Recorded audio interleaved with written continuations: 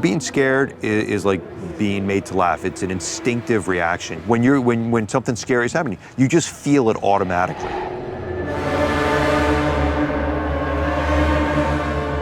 Hey, Mark.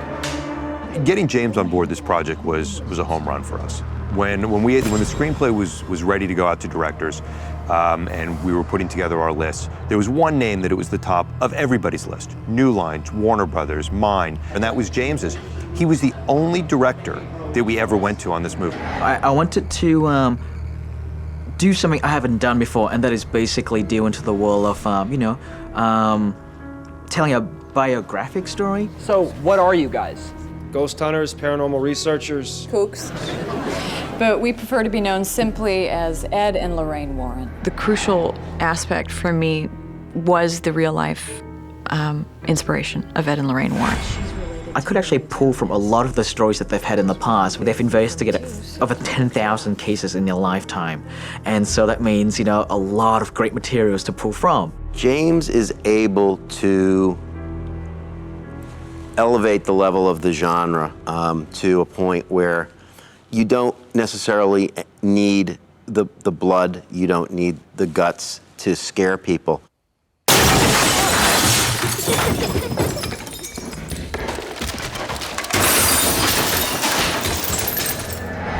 That's actually drawing her into the room, talking to her. Okay. His artistry is off the charts.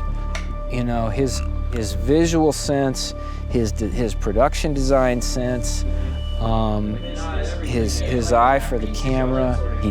He gets the rhythm. It's less about making cheap scares. It's more about where do you put the camera, how do you frame it, how do you use empty spaces to build suspense with.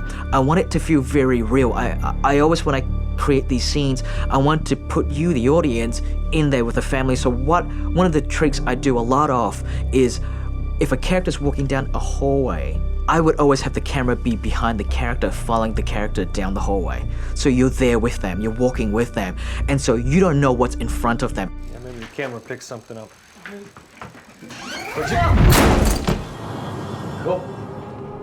And you can see it in the actors that they respond to that they understand what he's trying to get, not only just performance-wise, but also by moving the camera in certain ways to build up the suspense and build up the scares. Sometimes you find in these kind of movies you write too many scares because you think, oh, it's just got to be scare after scare. You can't do that. You got to just build, slow it down, and then build the tension. That's one thing again. that James said. His first read, he goes, I love all these scares. There's just too many. He goes, we have to pull some of these out, and we're like, well, this is a horror movie, James, and he goes, we have to build the tension.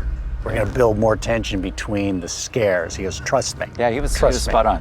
My approach for the scares and the suspense sequences in this film are definitely much more grounded. I tried to put into the film, things that happened to the family, things that they would see, that they would experience in this house, a rocking chair on its own, like a creaking door. Those are classic haunted house horror movie tropes, but there's a reason why they're there, because when they work, they're so effective. Anna? I've always said what makes scary movies work is not so much the visual, it's the sound. It's what you think you see through the sound design that is the most important thing. Around, just that's exactly what you're doing. We'll cut as we go along.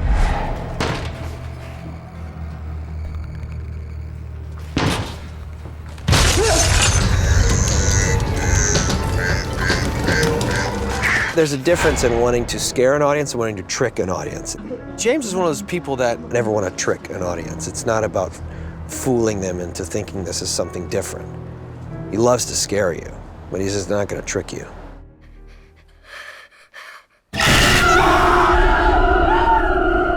And to me, why I think the haunted house subgenre or the haunting genre is so endearing is it takes place in a world that we all understand, which is, it takes place in our home. What has been fantastic for me on this film, for me to realize my vision, we literally built this 2-story house inside a stage.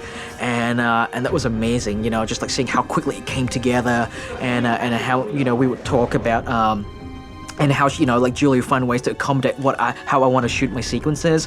Main driving force is like, I need to achieve what the script had and what James wants, his vision. We realized very much what we've been saying about how James frames a shot and what he needs out of each scene is that doorways had to be in an exact spot to make the scare work, and hallways needed to be a certain length and a certain darkness to be able to kind of have things come out of them and make them scary.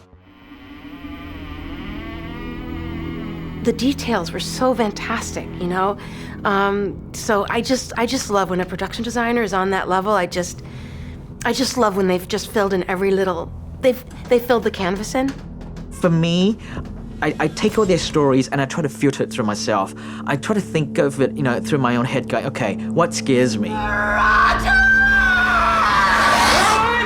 When I first read the script, the more I started designing that end sequence, I realized, wow, that could be a really cool, iconic moment for the film. I kind of didn't want to show her face when she was transforming into like this scary person. And so the way to do that was, we had Lily's character attacking Brad, the cop character, and biting him in the face. And in doing so, that allowed me to muzzle her with a sheet across her and basically spend the rest of the exorcism with her underneath this white sheet, wrap around this white sheet tied to a chair. And then, for that moment where she starts coughing and hacking out blood. She coughs up the blood, but because the sheet's in front of her face, the blood sprays onto the inside of the sheet, and so it adds this extra, really sort of a gritty layer to it, to what's going on. And I think it just makes it really creepy.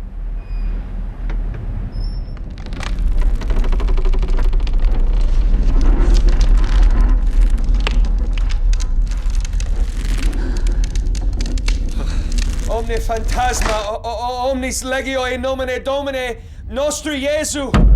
The key is to, make a scary film that has a lasting impact and that affects people way after the film is over.